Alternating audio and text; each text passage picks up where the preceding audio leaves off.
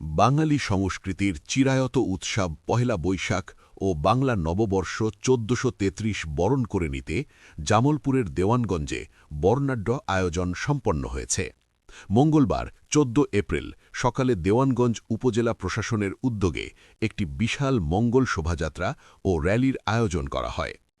উপজেলা পরিষদ চত্বর থেকে বর্ণাঢ্য র্যালিটি শুরু হওয়ার আগে একটি বিশেষ যৌথ ফটোসেশনের আয়োজন করা হয়।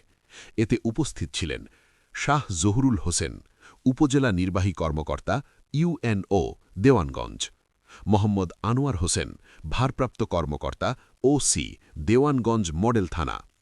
এছাড়াও সরকারি বিভিন্ন দপ্তরের প্রধানগণ, বীর মুক্তিযোদ্ধা এবং স্থানীয় সংবাদকর্মীরা এই ফটোসেশনে অংশগ্রহণ করেন।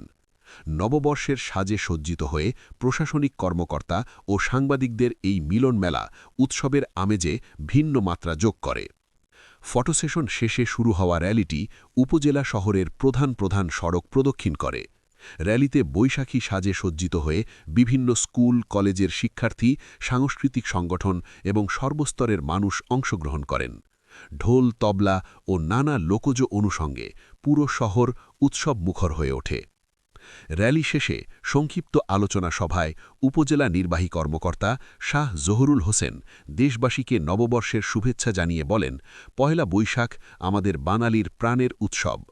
অসাম্প্রদায়িক বাংলাদেশ গড়তে এবং নতুন প্রজন্মকে শেকড়ের সঙ্গে পরিচয় করিয়ে দিতে এই ধরনের আয়োজন অত্যন্ত গুরুত্বপূর্ণ।